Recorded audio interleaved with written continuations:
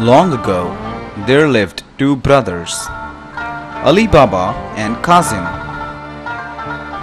Kazim, the older one, had married a rich woman and lived in a large house.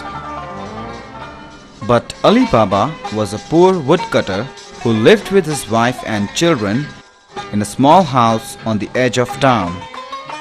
Every day, Alibaba took his donkeys into the countryside to gather branches.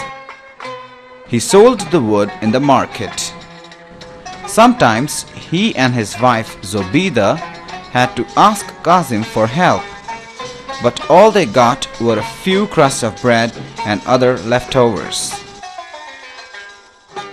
The market was a busy place, filled with small shops and food stalls. Little boys ran about sniffing the delicious smell of freshly baked pastry. Housewives and merchants argued over the price of everything, from bananas to a new carpet. Kazim's wife spent much time there, buying all sorts of expensive things. Alibaba often wished he had more money so that his own wife could buy pretty things too. "I must try to get some more wood to sell," he thought. One day, Alibaba decided to go much farther to look for wood. He found a small forest near some cliffs. "I can cut as much wood here as I like," he said to himself. But just as Alibaba said this, he saw a cloud of dust on the horizon. Suddenly he felt afraid. He was all alone and far from town. He quickly hid his donkeys in the wood, then climbed up a steep rock. Soon a troop of riders galloped up. Alibaba counted them, 40 fierce-looking men. To his amazement, the chief walked up to the cliff and shouted, "Open sesame!" With a loud crash, the cliff opened up. Alibaba watched as all the men rode into the opening. Then the cliff closed by itself. He stayed where he was, frightened of being caught if he climbed down. At last, the cliff opened and the men rode out. "Shut sesame!"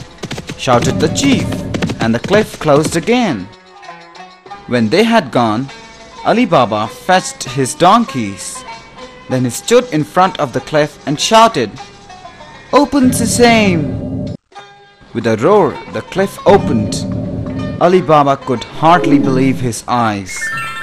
He found himself in a cave filled with treasure. It was the robbers' hideout.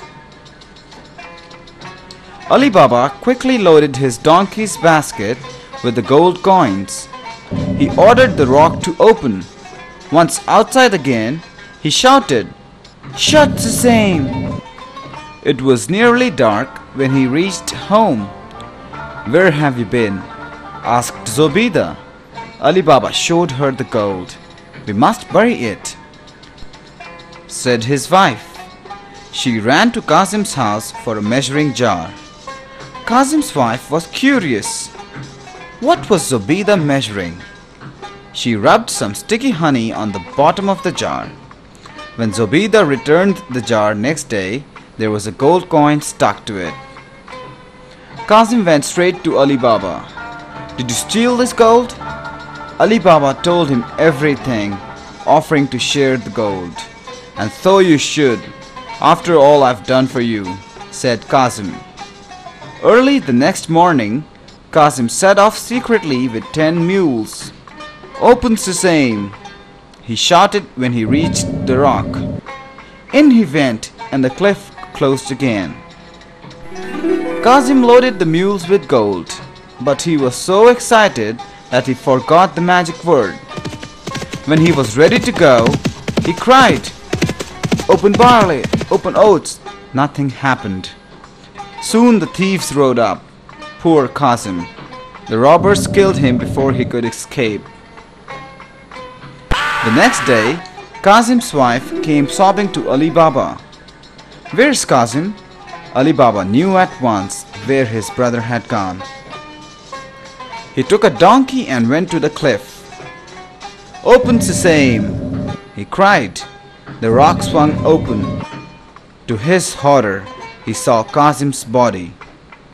Alibaba brought Kazim home to his family. They gave him a proper burial, but told no one how he had died. Kazim's wife and her servant Marjana went to live with Alibaba and his family. Meanwhile, the thieves had returned. The body was gone. "Someone knows our secret," said the chief. "We must find him." Dressed as a merchant, the chief went to the town. "I'm looking for a rich business partner," he told people. "Try Alibaba," said the local shoemaker. "He pays everything with gold coins." Marjana was passing by just then. She heard the shoemaker and saw how the chief's eye lit up. "I hope he doesn't mean to harm my master," she thought. The chief asked the shoemaker to show him Alibaba's house. Then he hurried back to his men who were camped outside the town. "Alibaba is the man. We'll soon be safe," he told them.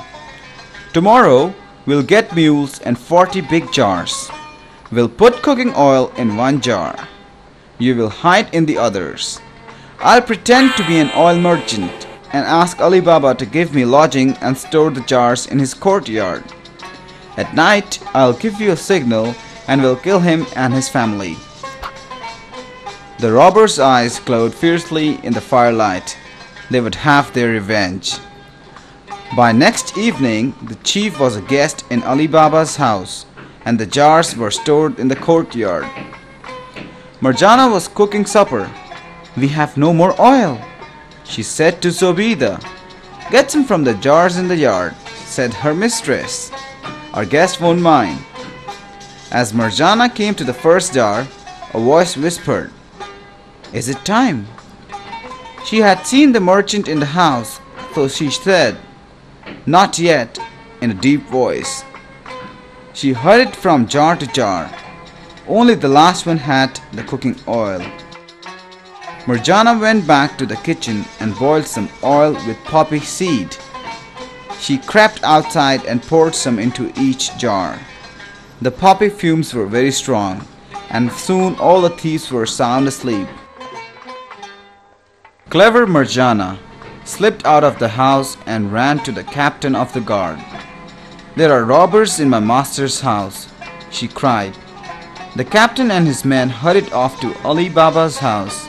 In no time at all, they had captured the chief and rounded up the thieves.